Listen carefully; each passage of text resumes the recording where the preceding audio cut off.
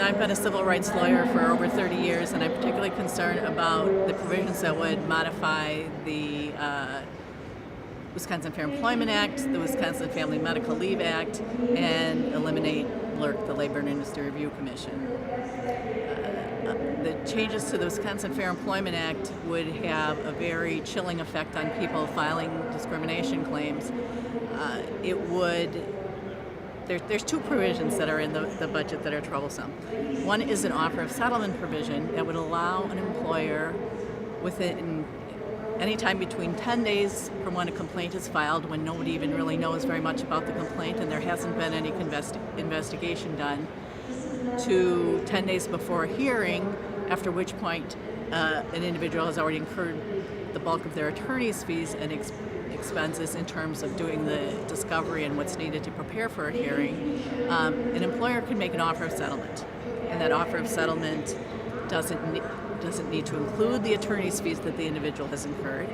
It doesn't have to include any kind of admission of liability on the employer's part, and it can include something like a confidentiality provision so they couldn't tell anybody about their settlement.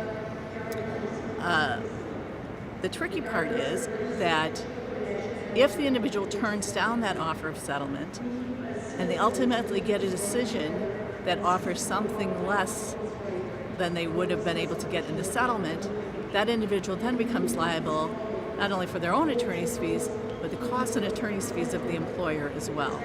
This kind of turns on its head our whole notion of being able to vindicate your rights and not having to fork out a lot of money to do so.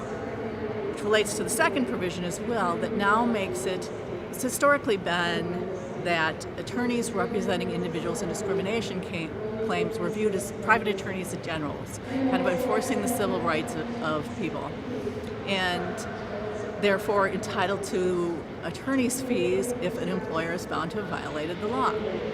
Well, under the provision that's been stuck in the budget, an administrative law judge wouldn't be able to award those attorney's fees unless they were also awarding reinstatement or back pay, monetary damages, and things of that nature. And so that means nobody could, if you weren't getting those things, you weren't going to be able to get your attorney's fees covered. Well, there's a number of kinds of claims that don't have those things. If you are being sexually harassed or racially harassed, or like our clients, harassed because of their disability, or if, like my clients, are seeking to get a reasonable accommodation so they continue to work on their job.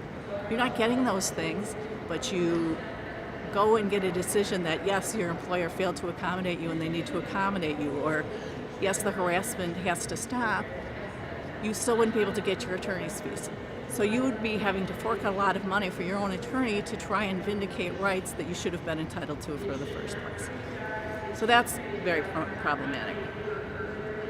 And then, so for example, we represented a gentleman a few years ago with a developmental disability. He worked in a restaurant. His coworkers, including his supervisor, thought it would be really funny to pick on him and harass him, tell him that certain girls liked him, and do all kinds of things to tease him and record it and then post it up on YouTube. So someone in his situation, if he wanted to make that harassment stop, could have to expend his own resources just to get that harassment to stop, and it gets stuck with his attorney's fees, even if the employer was found to have violated the law. Or say that same situation, so after he's filed his case, the employer says, well, we'll give you $100 to settle this case.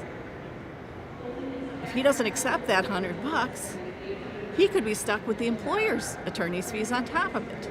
So it's even more outrageous, because he's not going to get $100 because we don't have compensatory damages in our statute. So it's very frustrating. And there are many, many claims that, the EWD secretary said in his budget briefing, we'll just take your claim over to the EOC, the federal enforcement mechanism.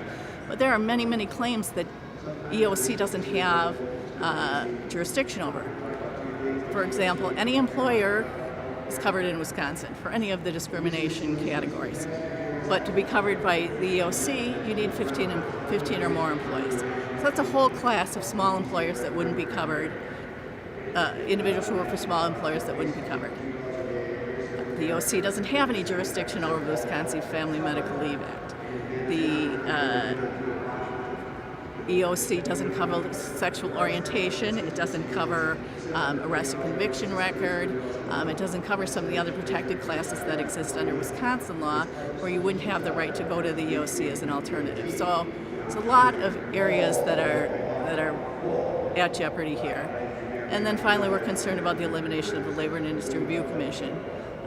The Labor and Industry Review Commission is an independent body that takes the first level of appeal from decisions from the Equal Rights Division, the Unemployment Compensation, and the Workers' Compensation Divisions. And those appeals are relatively easy for someone to do. Sometimes people can handle them pro se. If they represented themselves in the initial hearing, they can just ask the Labor and Industry Review Commission to review it, and they will do a complete review without having to hire an attorney or expend additional things. What's proposed to happen instead is that we're going to eliminate that level of review and instead leave it to the department administrator, who's likely to just rubber stamp. They don't have the capacity to do a thorough review, likely just rubber stamp the lower decision, and then to get a true appeal, you'd have to go to circuit court. Well, circuit court, A, aren't ready to handle all these cases that they haven't handled in the past, and B, don't have the level of expertise that LIRC does. LIRC has done only cases in those three areas of law for the 100 years of its existence.